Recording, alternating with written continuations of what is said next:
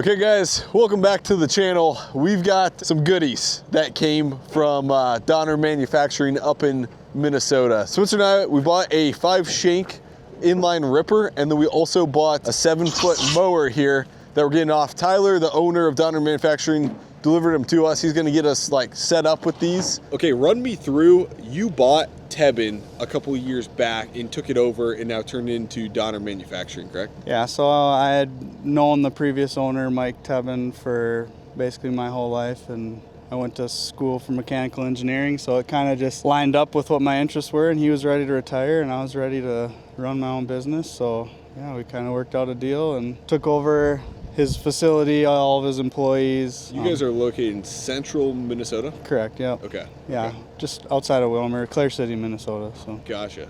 And then you do a lot of other business ventures too, kind of. So you're kind of like young entrepreneurial, just like learning the ropes. Right. Kind of similar to where I'm at too. Right, yeah, kind of just jump both feet in and hopefully it works out. It's gonna be fun. I've never ran a inline ripper. I've always wanted to run it on the heavy soils, and then any end rows where there's a bunch of compaction, run the inline ripper every 5 years, something like that. So that'll be nice. I think we're gonna try and throw this on the 8320R.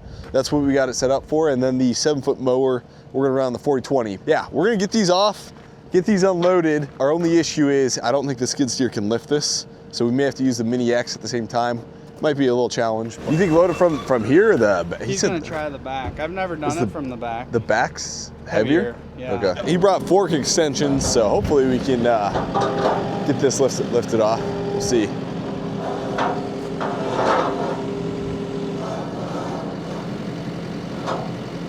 We'll see if they can lift it. I'm not sure. Oh wow! There you go. You're good.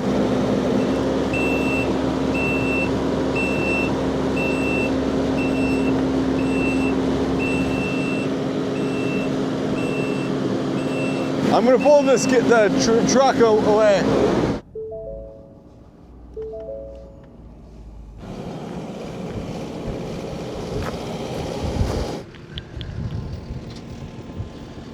Tilt it down a little more.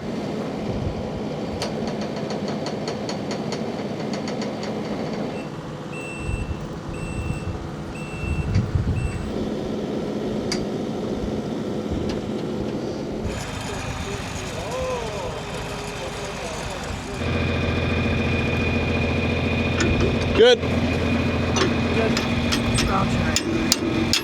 There we go. So this is a 2.8 foot wide mower here, so it's got two sets of blades, if that makes sense, but it's a 2-point. We aren't using the third link, and then it's gonna ride on these wheels at all times, so you can adjust on the fly there, and he's getting it off the ground. So technically any tractor can pull this as long as you can spin the PTO. You know, for a weight and you don't need a heavy. So we got everything unloaded here. Now we're gonna try and get this ripper hooked up to the 8R here. It'll work on the Cat 3 8110 3-point, but this 8110 has, I think, a narrow Cat 4, so we're gonna make sure that works. We have the correct bushings for it to run on the 8R here, because the 8R is gonna handle it a lot better than the 8110. 320 horse, you're probably right in between like a 7 and 5 shank. I decided to go 5 shank because we're not gonna like be doing a ton of whole fields every year all the time. So I'd rather have a little more horse and a little less shank so we can pull it deep, we can pull it correctly. So we had the quick hitch off because we had it on the tile plow all spring, and we just never had a use for the quick hitch, so I just always left it off. So we gotta get this quick hitch put on. It's heavy. We'll get that put on, and then we'll try and hook her up to that ripper.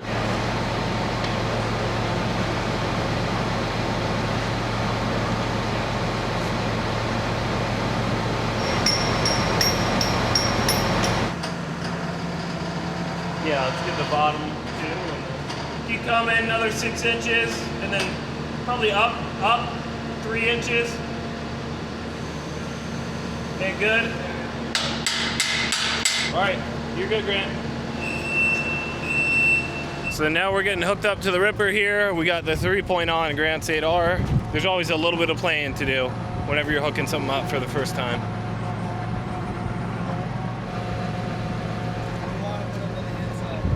Okay, inside.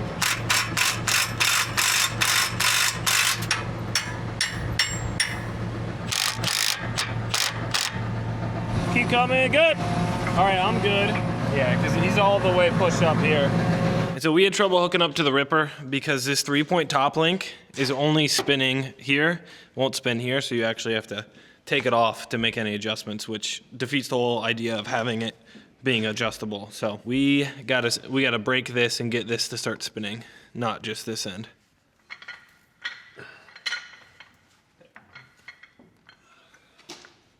Okay, so if it's left hand, I'm gonna. Okay, stop. 3, 2, 1.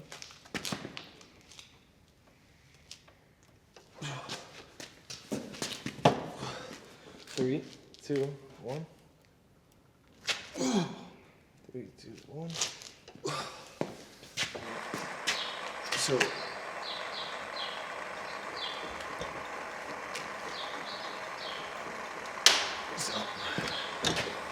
Go jump on it. Like that, yeah.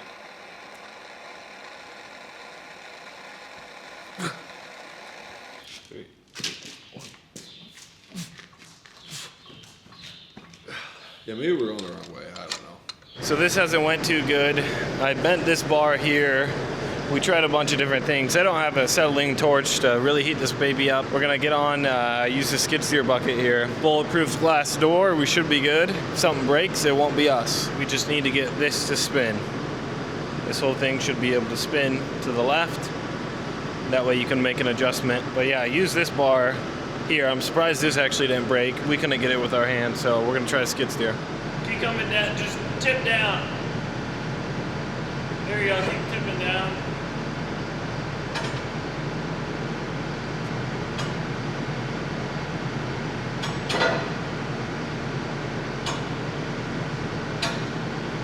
Yeah, it turned it, yeah.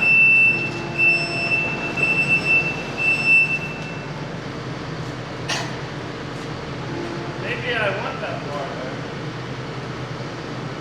Yeah, it's twisted. Yeah. All right.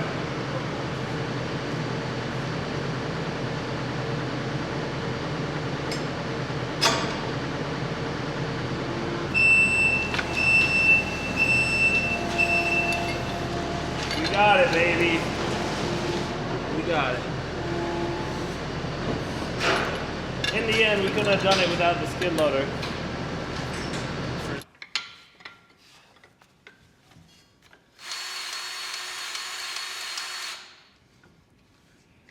No, that's loosened. We'll mark it. I should almost put so there's greaser there to grease up that one. I should drill a hole and do one for right there, because this is the one that got stuck so bad. So. All right, so we just got a Yankum rope. We used this a lot for tiling last year. We had 2 of them, and they worked super good. You could see them stretch when the tile pile was pulling hard and stuff. When we had a pull tractor on front. We're gonna box her here. I'm not sure what one they sent us over here, but I thought that was gonna work a little better than that. So we got a 30-foot one, 2.5 diameter. So it's got 200,000 pound braking force capacity on it. This is the biggest we've ever had. Yeah. Dang. And then we got a couple shackles and a clevis for it. These have been super solid. A lot better than cables, a lot better than running cables and chains. It's been super nice to have these. If you guys want to check them out, there's a link in the description to buy one. I've always carried around a 1-inch Yankum, just in case somebody gets stuck with their other pickup or something like that. These work super good. I think this is a 20-footer or 25-footer, but these are perfect for like pickups and medium-sized vehicles. And now we can hook up here.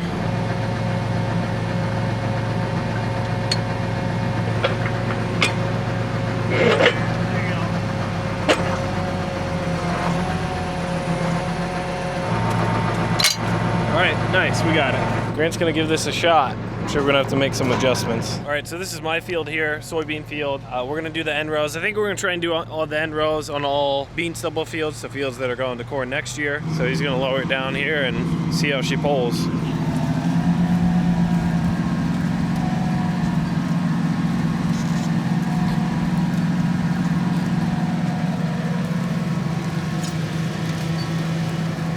You can see the whole soil like lift up. It's kind of hard to see maybe on camera. The whole entire thing lifts up right there.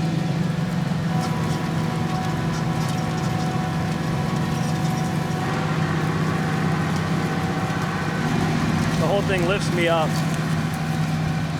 That's pretty crazy. You can see the whole thing lift up a few inches. Looks like his tractor is pulling good. It's not spinning at all. So that's kind of what it leaves behind. These lines right here are anhydrous that we put on last week. Low ground disturbance. The idea is it's just taking up like a compaction layer and really breaking things up. So I'd say like right there. So it's probably closer to 18, 16. Okay, I'm gonna adjust it. I'm gonna adjust the minimum depth on that. It's pretty simple rig here. It's 5 shanks. It's dual leaf springs. It's the first time they've done this on this bar. That is Donner Manufacturing. So Tyler Donner is the one that brought this out. If you hit a rock, these are supposed to snap back and stuff, or push it out of the way. There's so much strength and force. Kind of moves it over underground.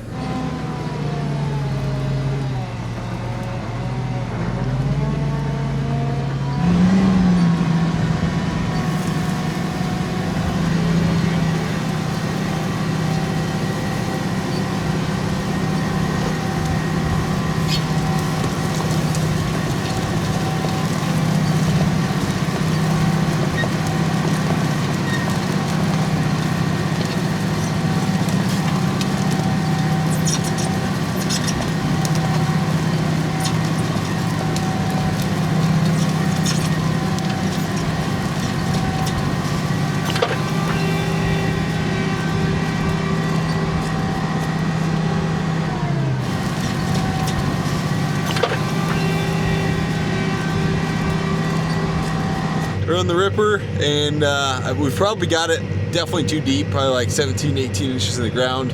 Deeper than we need to be. We got to make some adjustments. I didn't bring the right size of tools, so we'll run back, which is a mile away, make some adjustments, but we're just kind of testing, playing with it today, not really doing like a whole field, although it will be fun. I'll just do a trial on a field across this triangle piece here. So you can see the tractor. It's maybe a little tougher to see from the cab, but you can kind of see the soil just lifting and then it's setting it back down. I'd say these are pretty good soil conditions here.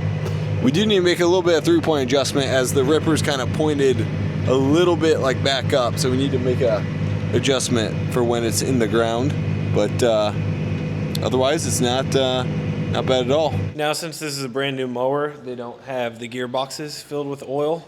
So Tyler even said he sold some before and the people forget to put oil in them and they run it and just destroy everything. So we're gonna top it off with oil real quick. I might run it if there's a little bit of sunlight left today. Otherwise we'll have to wait another day.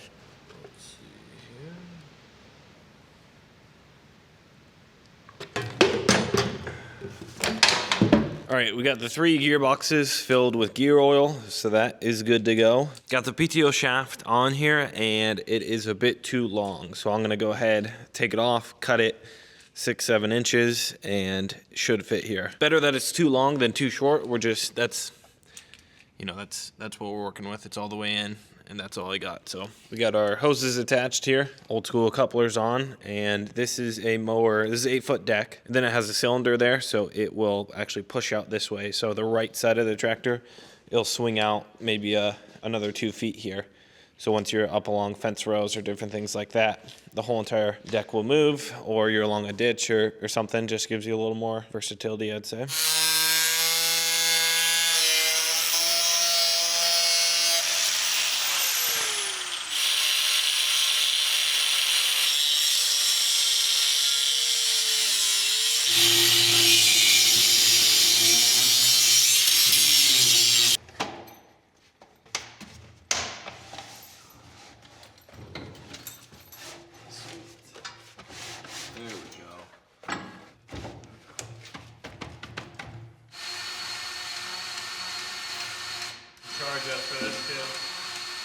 Well, you're not hooked up PTO, hydraulics, and everything's greased, gear oil in the gearbox. So we'll give her a test.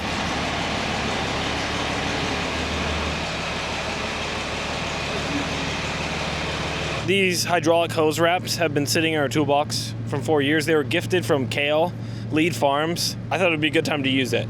New piece of equipment here, and then I'll use different numbered ones to signify this is left hydraulic, right hydraulic. So this big one here just keeps them tight together. I don't want them to get wrapped around when it, because this whole mower deck kind of moves, and I want them to be protected and not get caught.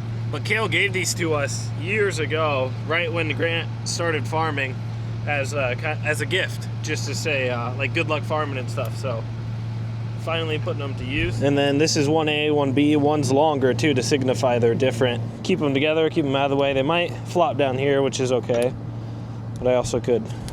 They need some room to play because this whole thing shifts.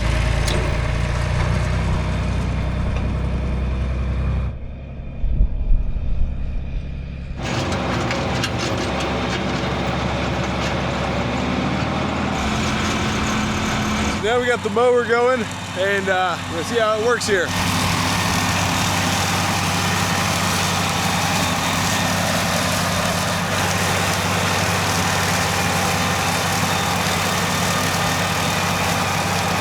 It's mowing really good, and it's fairly quiet too, which is nice. So it's offset 2 feet that way right now.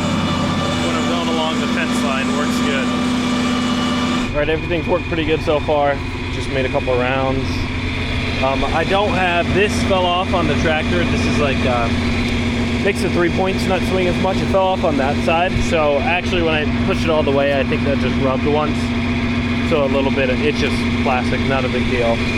I need the bolts that hold that in fell off, so works good. And a couple more passes to do on this field. I just want to do the edge of this waterway.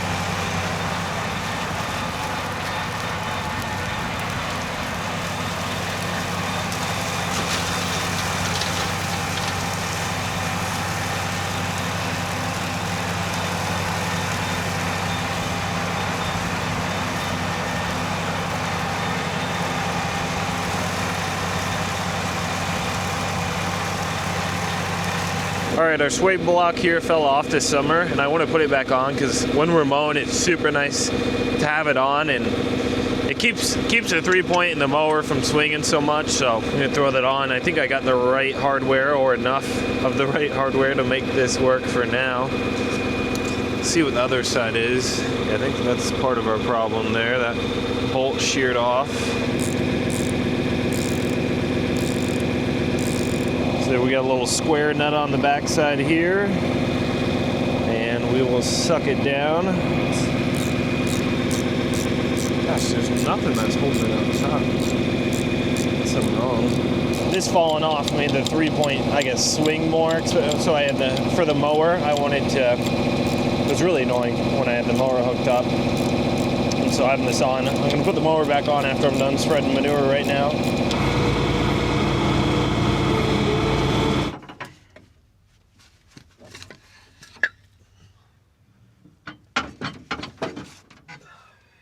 This thing's so balanced, you don't even need a jack. You can just lift it up.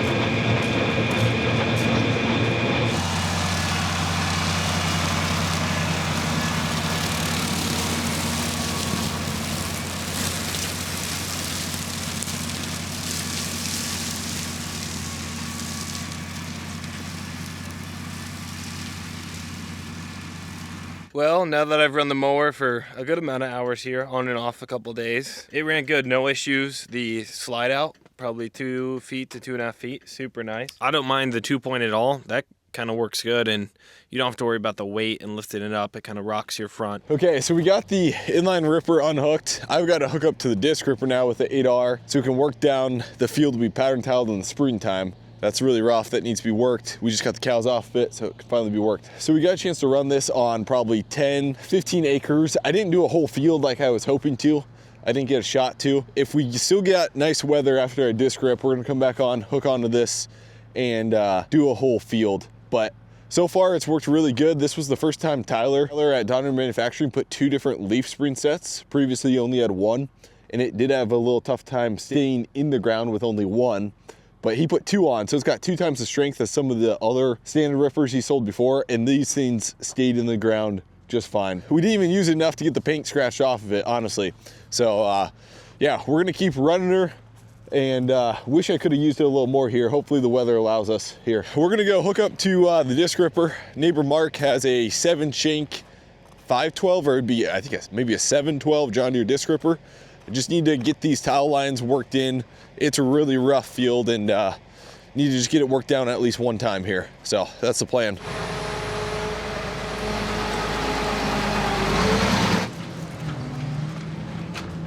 Okay, we're gonna pick up the ripper at Mark's here. I think it's gonna be a little too mucky to go yet. The sun was supposed to come out yesterday, and it was already supposed to be out today, and the sun is not out.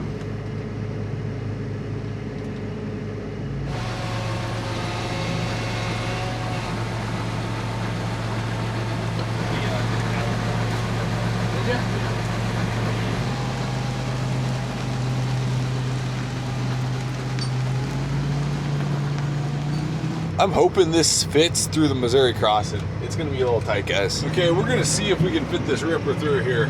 This is gonna be tight. Thinking it's gonna work, but we'll see.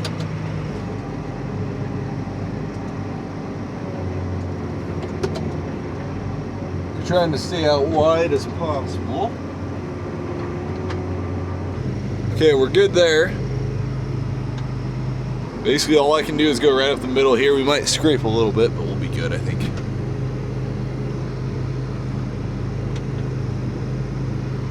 There we go. That worked. Unfold those wings there.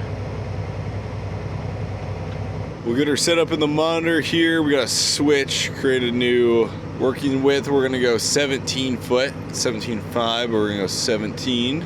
We don't have to go deep. 10 inches deep, good enough. We're not gonna be processing the residue that good. Really, our corn head doesn't do the best job. We do have the Deader Devastators this year, which is gonna help a ton. It kind of got those stalks destroyed a little earlier on. But if I was going back to like corn, I would run a VT ahead of time through this, just to chop up all these long stalks. But since it's going back to beans, we really don't need to be disc ripping. I'm just trying to level out the field here. So I don't really care too much about the tillage type we're doing here, or how we're doing. We've got a mulch finisher the spring will run, and that'll work just fine. Okay, let's see if we can pull this baby.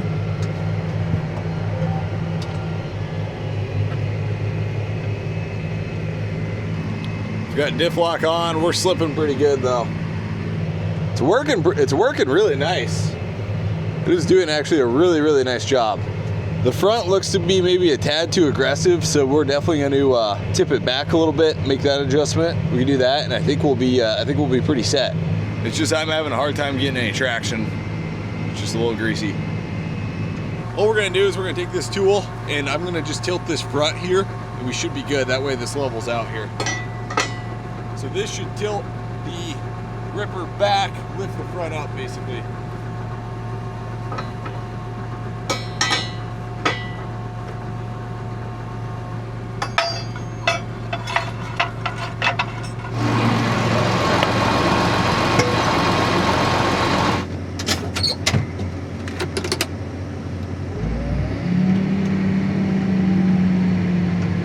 We're still spinning pretty good, but that seems to be pretty solid. I may have went a little too far actually. May need to take some PSI out of the tires a little bit. I did air them up this summer a little more. Got diff lock on, pretty much all we can do right now. So it is absolutely amazing how this area specifically on this farm sat so wet. Water would seep on the side hills, and just this year on the yield monitor, it's consistent across there. Wettest year on record, and after we tiled it, it's just consistent right across here. It's pretty amazing, the difference there. So on some of these hills where if we get really steep, I'm gonna lift up the ripper and we're just gonna hit them with the disc and break down a little bit of the residue and then come back in the springtime with a mulch finisher. Love out those, but as long as we can get the majority of the field with the disc ripper, I'm fine lifting up across some of these hilly spots here. All right, Grant's slipping a little bit, so we're gonna see if we can see what we're running for PSI, maybe take a little air out here. They're good. We're running like 15 PSI in the tires, so, and it's weighted down a lot. And so the date is November 20th, so we're doing this somewhat late. We harvested fairly early, and these have had a lot of time to break down. So Yetter Devastators, it just kind of cracked it. This was high yield stuff too. This yeah. was like 283. That's kind of what it looks like. Also, we had cattle. 5 head grazed this for 40 days. They had to have done a little bit. And a lot of people said they don't run the Yetter Devastators or the Stalk Stompers because like the corn stalks blow. I didn't really notice. It didn't even break them off. If anything, it just kind of crimped them a little bit, laid them down, just kind of made it nice for harvest so you weren't running tires on monster stalks. And now if you had really weak stalks and it totally, like the first field that yielded 160 bushel, corn on corn, crazy disease, the stalks were falling off. And then we came through the combine with those rollers, the Yetter Devastators, and then those would blow. But when we're running 200 plus bushel corn with good stock integrity, all you're doing is crimp them over. We are still rolling on tillage here. Everything's going really good actually.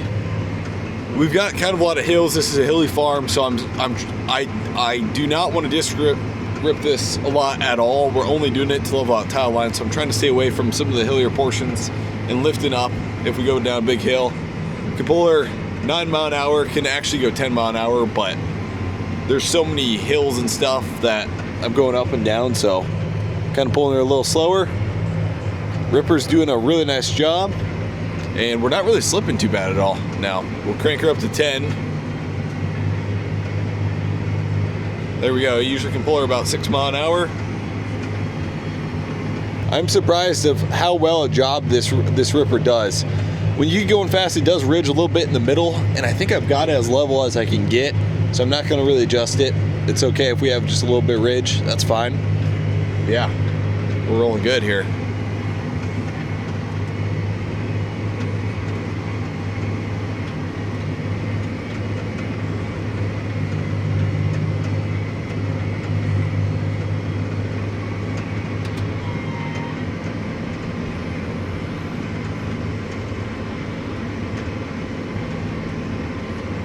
We are done. I've got her all folded up here, and we're heading back to drop her off here. Okay, we got the ripper all unhooked here, and we're just gonna put the tractor away. I was thinking about ripping another 80, a nice 80 I have, and going corn on corn, but we've got so many cleanup projects and farm. We got to add more drainage tile to a bunch of farms. I was like, let's just keep stuff simple next year. That way in the springtime we got time to work on some stuff and clean up some stuff. So that's the plan. Anyways, guys, thanks for watching this video. Hopefully you guys enjoyed, and I'll see you guys in the next vid.